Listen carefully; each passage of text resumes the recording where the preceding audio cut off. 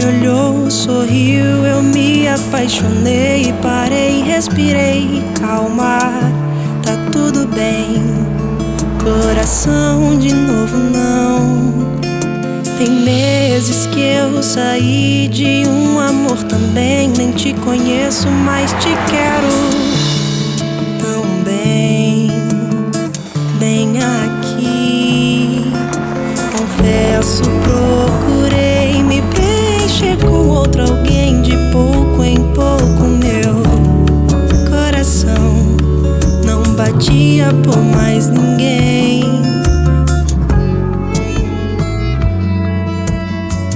O que foi?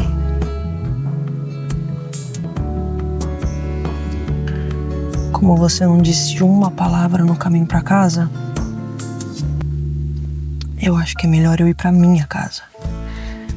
Porque aparentemente você não tem nada pra falar, né? Foi horrível hoje. Eu sei. Horrível é o seu macarrão. Foi muito constrangedor estar ali tentando manter uma dignidade que eu nem sei qual era. Eu não sei se eu tinha que ficar quieta, se eu tinha que te defender. Eu não sabia se eu tinha o direito de ficar mal. Se era pra eu pedir desculpa por eu existir, ou se era só pra eu ir embora. Eu fiquei completamente perdida. Eu voltei anos da minha vida em segundos e de repente eu me vi ali tentando só reduzir o dano. Você, com essa sua mania de reduzir dano, explode a vida dos outros sem deixar rastros. Você tem todo o direito de não querer compartilhar algumas partes da sua vida. Mas você não acha que eu merecia saber o mínimo?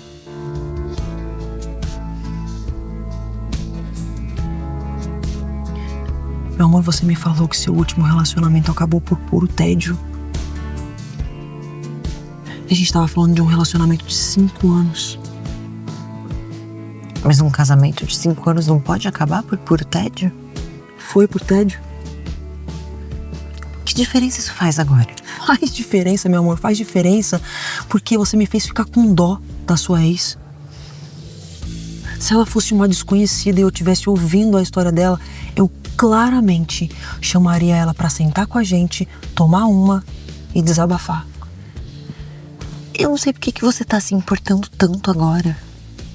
Às vezes eu acho que você tem, assim, um superpoder de apagar alguns comandos que seu cérebro dá pro seu ouvido só pra evitar lidar com algumas falas que só você consegue explicar.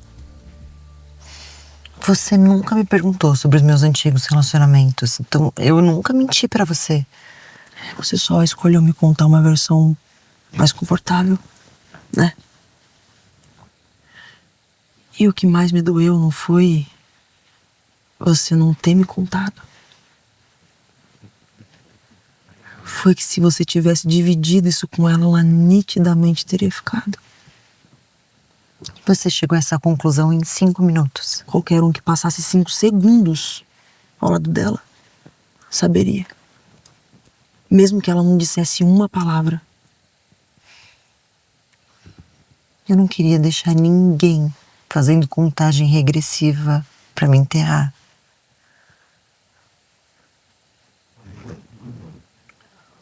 Eu já sei esse seu discurso decorado.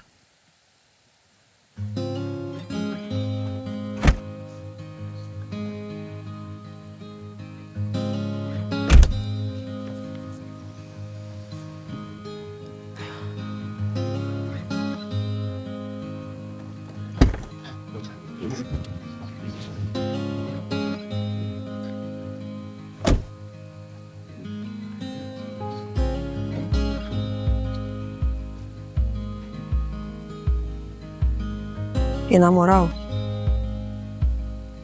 eu detesto esse seu discurso de Marte silenciosa, tentando proteger o mundo da própria tragédia.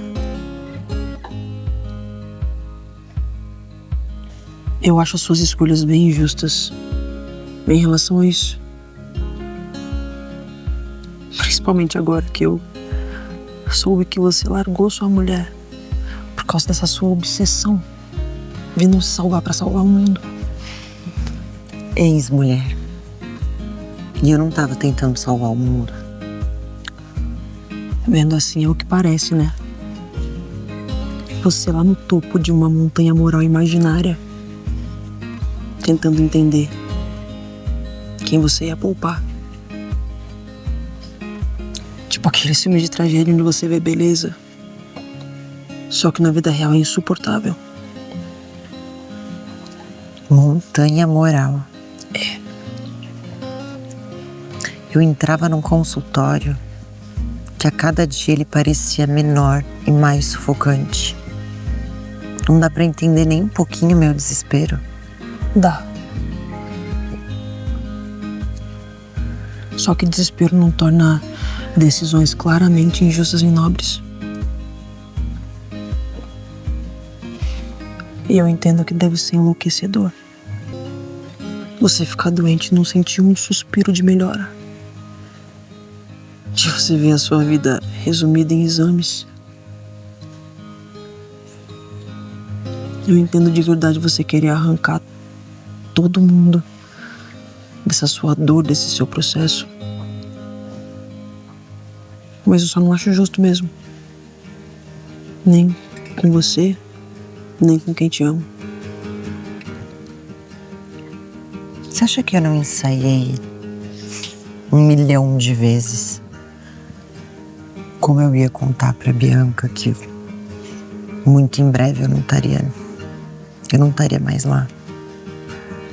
Eu me culpei durante anos, sem saber se eu tinha sido cruel ou corajosa, egoísta ou generosa, covarde ou prática. Quando você me contou, você realmente achou que eu ia embora? Achei que se você não fosse por conta própria, eu ia conseguir fazer você ir. E quando foi que você perdeu pra mim essas batalhas?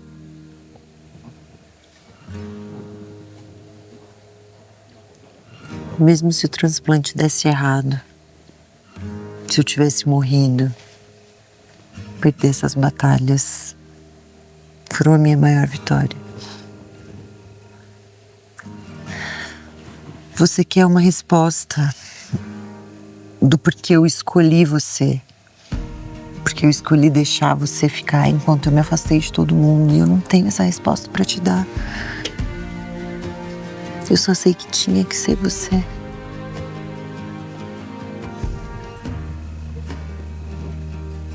E como você soube? Que a pessoa certa não vem com bula. Ela vem quando a gente menos espera, com opiniões muito diferentes das nossas. A pessoa certa vai discordar de você na maioria das vezes. Mas ainda assim ela vai te escolher. Se vocês estiverem na rua e começar a chover, ela vai querer te proteger mesmo se vocês estiverem sem guarda-chuva. Ela vai esticar a mão pra você e vai falar: vai molhar? E daí? Depois seca. Ela vai esticar a mão pra você e vocês vão enfrentar isso juntas. E é exatamente isso que você é pra mim.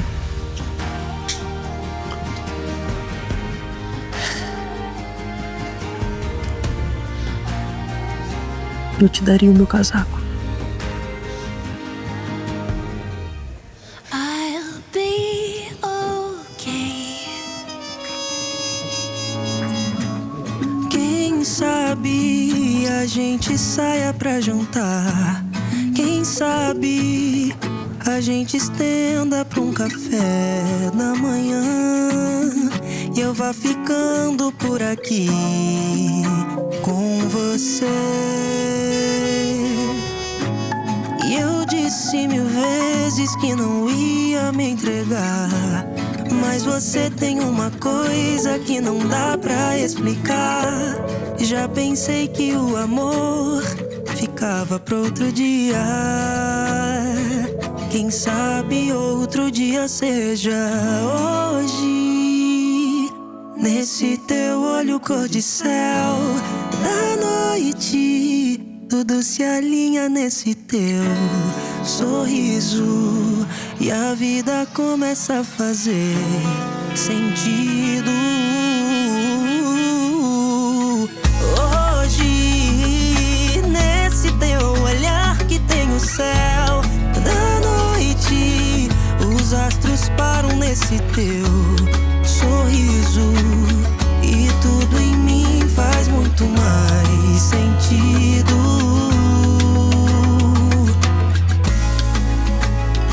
Pra mim o amor, ele é sobreviver ao cotidiano. E pra mim também o amor é você deixar a sua pessoa preferida comer a parte da coxinha que tem mais catupiry.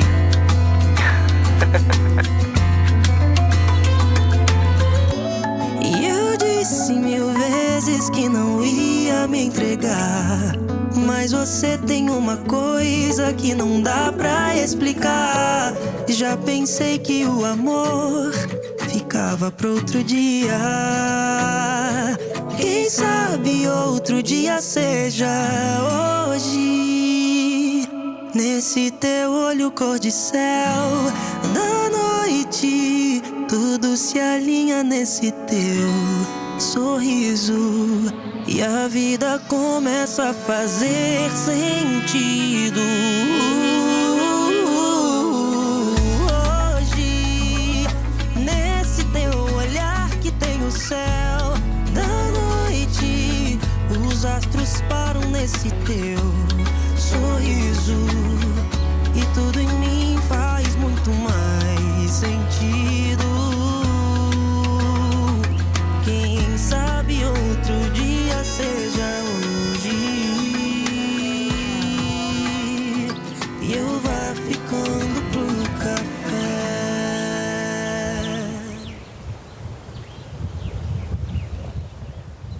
Carla, amor, você botou fogo na cozinha?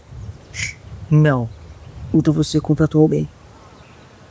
Meu amor, quando a gente usa a tecnologia a nosso favor, as coisas mudam de figura, sabia? Receita do TikTok. A mulher lá do vídeo me passou a segurança de que um bombeiro entraria aqui se precisasse apagar as chamas da cozinha. Mas mesmo assim, essa tarefa demandou uma atenção, uma disciplina que eu não sei nem te explicar. É, amor, eu percebi, né?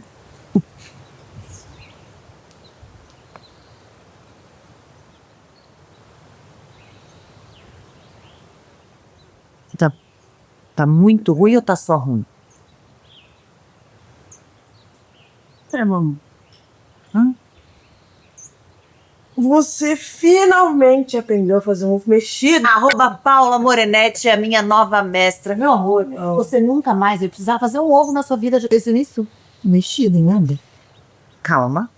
Calma, tá? Que eu ainda não cheguei nas minhas aulas mais elaboradas. Quando eu chegar, eu vou fazer todos os tipos de ovos. Todos os dias da minha vida, os dias da sua vida. Eu vou fazer ovo pra sempre.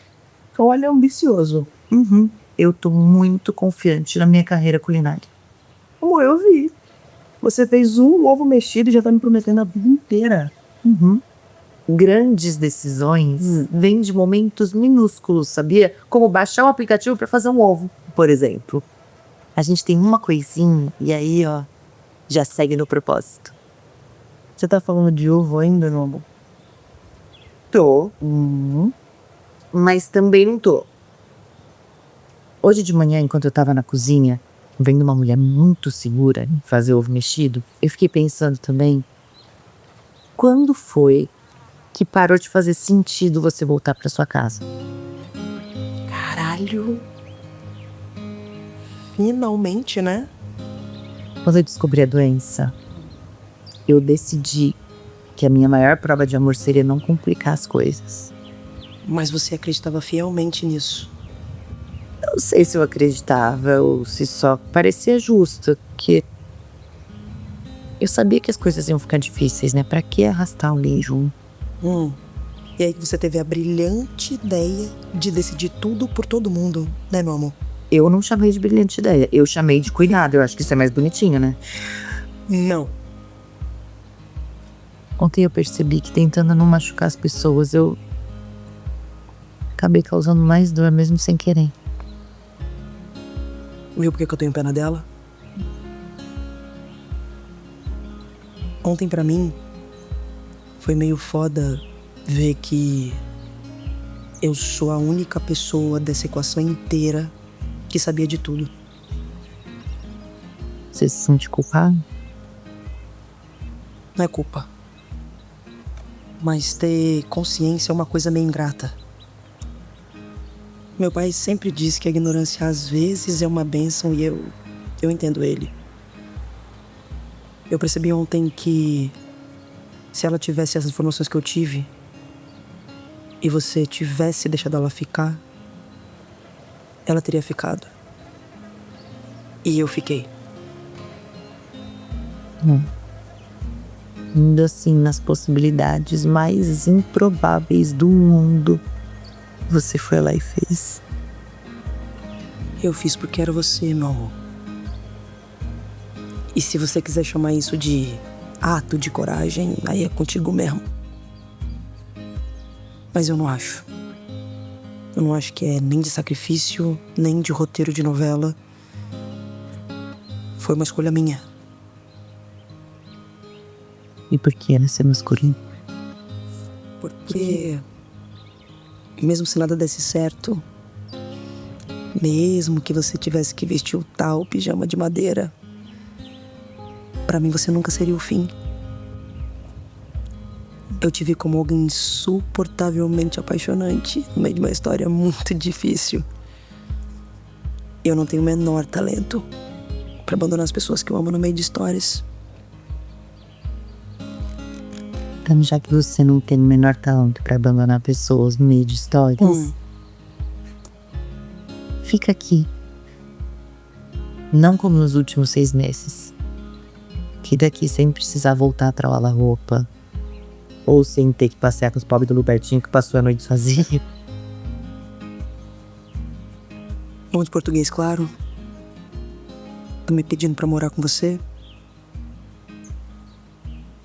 Tô. Quero enfrentar todas as tempestades do mundo com você, meu amor, sem guarda-chuva. E se molhar. E daí?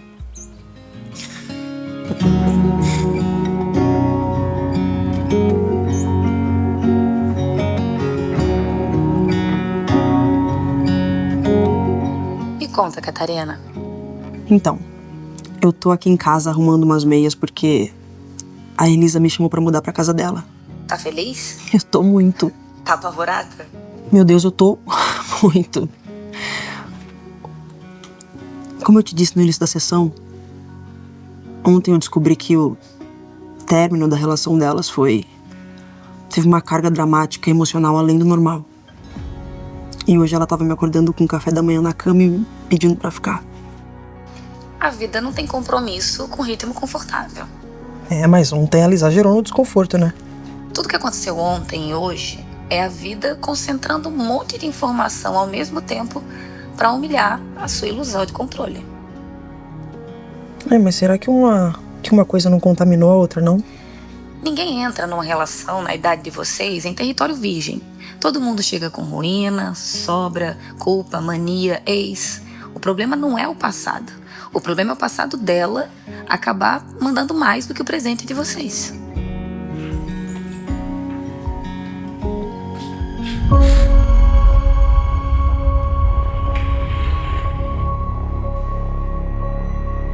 Oi, pode conversar?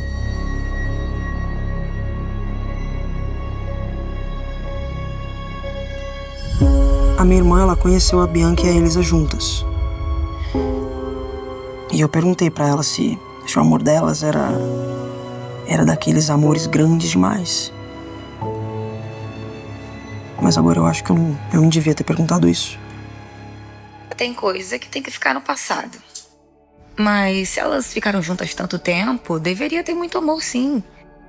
Mas pelo que você me conta, no meio do caminho nasceu uma Elisa com um instinto quase suicida de proteção, que se via como alguém que precisava controlar a dor antes dela acontecer. E você não conheceu essa mulher. Na verdade, eu não deixei nem ela me apresentar essa mulher. Você não é continuação de nada, Catarina. Você é outra história. Pode ser que essa seja a grande história de amor de vocês? Sim, e eu torço por isso. Mas você não é conserto e nem compensação pelos erros do passado dela. Não é ciúme. E também não é disputa de espaço com a Bianca. Só que é tipo ter visto uma rachadura antiga na parede da casa que eu moro agora, sabe?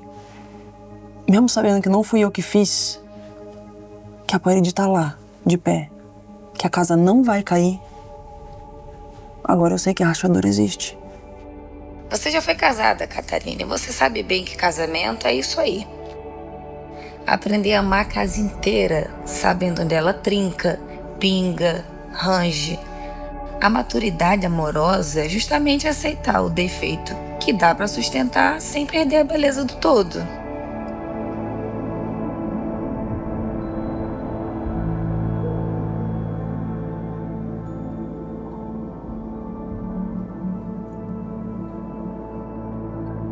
Tá muito doido você entrar num lugar que foi sua casa, quase 5 anos da sua vida. Tá tudo no mesmo lugar, tudo igualzinho. E você simplesmente não se sentir mais parte dele. Muita coisa mudou. Eu passei esse tempo todo, Elisa, tentando entender o que eu tinha feito. Eu revisitei cada conversa nossa, cada silêncio, cada momentinho da nossa vida, tentando achar o que eu tinha feito de errado. Porque quando alguém te descarta do jeito que você me descartou, sem tentar nenhum tipo de ajuste, cara, só me restou pensar o tamanho do problema que eu tinha sido pra você. Não, você não era o problema. Ah, não? Então o que foi? Foi uma tomada de decisão péssima, vinda do pior lugar possível. Só que eu achava que a gente tomava as decisões juntas, né, Elisa? E aí você tirou o que provavelmente teria sido a minha única escolha. Eu achei que eu tava fazendo a coisa menos destrutiva. Pra quem? Pois é. Porque a coisa menos destrutiva pra você foi a que mais me destruiu por dentro. E aí, quando eu tava finalmente conseguindo seguir com a minha vida, eu fico sabendo por outras pessoas que você quase morreu e que uma pessoa qualquer te doou um rim. Não, peraí, uma pessoa qualquer não. Elisa, te cabe alguma defesa agora? Não, a mim não, mas não coloca a Catarina num lugar que não é o dela. Aí eu preciso me espremer pra tentar caber aí. Tanto não precisou que eu fiz o que fiz. Sabe o que é o pior disso tudo? É a humilhação de continuar amando uma pessoa que te deu uma versão tão merda do fim que eu não consigo nem explicar pras pessoas o que foi que aconteceu. Porque, sinceramente, Elisa, até você fechar a porta na minha cara, não tinha nada que pudesse justificar esse término. Não teve traição, não teve escândalo. Eu achava que não tinha mentira. Você me descartou de um jeito tão... Valeu, falou. Que o meu sofrimento naquele momento parecia completamente desproporcional. Ô, Bianca, eu não preciso que você venha aqui descarregar uma tonelada de culpa nas minhas costas, porque eu convivo todos os dias com a consequência das minhas escolhas. Você não queria me ver sofrer, não queria que eu te visse piorar. Só que a impressão que eu tenho, Elisa, é que você não queria que eu te visse desaparecer. E aí, eu até entendo. O que eu não consigo entender de jeito nenhum, que não entra na minha cabeça, é por que o seu direito de não ser vista quebrando foi maior do que o meu direito de querer ficar. Foi tudo muito conveniente pra você, né? Eu tá morrendo foi conveniente pra mim? Conveniente e perverso, Elisa. Caralho, se você tivesse me dito o que estava acontecendo, eu com certeza teria entendido seu ponto de vista. Não teria aceitado. Teria me humilhado pedindo pra ficar. Teria feito um escândalo desses que a gente faz quando a gente esquece que é adulto, porque a gente ama demais. Só que você me deu uma versão tão ruim da situação que você não me deu nem o direito de reagir desproporcionalmente. A real é que eu tô feliz, assim, num nível quase ridículo, sabe? É tipo vontade de ligar pra operadora de telefone pra falar que eu vou mudar de vida e que eu preciso de um plano família, sabe? Olha só, que coisa mais constrangedora e maravilhosa ao mesmo tempo. É. Caralho, Soraya, eu acabei de ver aqui que minha bateria tá acabando e eu vou precisar ir lá na casa deles buscar, tá bom? Na casa da Elisa, não. Na sua casa. Não, calma também, né? Calma, porque eu ainda preciso explicar pro Robertinho que o tomate não é um brinquedo e eu preciso descobrir também o que eu faço com as minhas meias de idade mental de 5 anos pra baixo. Mas vai dar tudo certo. Um rir nunca valeu tanta pena, né, Catarina? É verdade. Seja feliz o tempo que for pra vocês duas. E a gente se vê na consulta dessa semana normalmente, certo? Certo. Obrigada, Soraya. Te amo. Você é maravilhosa. Beijo, tchau. Vem, Robertinho! O que mais pegou ontem pra mim, Elisa, não foi ter te visto com outra mulher. Porque isso aí faz parte. Acho que as pessoas, elas se encontram, elas se escolhem, tá tudo certo. A gente não dá uma pausa na vida porque uma história simplesmente terminou torta. Mas o que doeu pra mim ontem foi ter te visto disponível do lado de uma pessoa e aí ter que lidar com a humilhação de olhar pra essa situação e falar, caralho, era possível eu ter ficado. E aí o que me dói mais do que saber da gravidade da sua situação depois de você já ter sido curada é saber que você simplesmente deixou outra pessoa ficar no meu lugar. Isso não torna você menos e a Catarina mais. E eu tô falando isso sabendo do risco de soar covarde. Mas com você, Bianca, eu tinha a falsa sensação de poder controlar os danos. E a Catarina não. Ela não me deu nem chance de pensar no tamanho do estrago, porque ela nunca me viu como se eu fosse um grande problema. E eu te via como se você fosse um grande problema? Não, mas eu queria muito evitar que esse momento chegasse. Só que tentando evitar que esse momento chegasse, Elisa, você me causou uma ferida que não tem nada a ver com ciúme, não tem nada a ver com o fato de você estar com outra pessoa ou com eu te amar. Tem a ver com a minha falta de confiança na minha própria percepção. Porque é inevitável pra mim agora olhar pra trás e pensar, caralho, eu fui a única pessoa que enxergou esse amor do tamanho que ele tinha. Você tá sendo injusta. Elisa, você me descarta como se você fosse um chefe de RH que tá demitindo um funcionário e você quer falar de justiça e injustiça? Meu Deus, eu tinha acabado de descobrir que eu tava morrendo, Bianca! Eu não tô falando isso pra me proteger ou pra causar algum tipo de empatia. Mas eu tava vendo a minha vida se espremer de um jeito que eu perdi a noção do que era maduro. E sim, eu peguei uma grande questão e tratei como se fosse papelada. Porque era a única forma de continuar te olhando sem enlouquecer. Você sabe que isso não me consola em absolutamente nada, né? Eu não quero te consolar. Mas eu não admito que você duvide do quanto eu te amei. Com covardia no final, com medo e com uma arrogância horrorosa de que eu conseguia tomar decisões de forma lúcida quando na verdade eu tava tentando sobreviver sem nenhuma testemunha. Eu acho que eu ainda te amo, Elisa, mas não é de uma maneira desesperada. Até porque eu não tenho nem mais idade pra isso, né? Pra me humilhar nesse idioma, mas é de uma maneira que é muito mal resolvida dentro de mim. E aí eu acho que parte do motivo de eu ter vindo aqui hoje foi pra ver se dava pra eu terminar essa história sem continuar te carregando como se fosse o maior enigma da minha vida.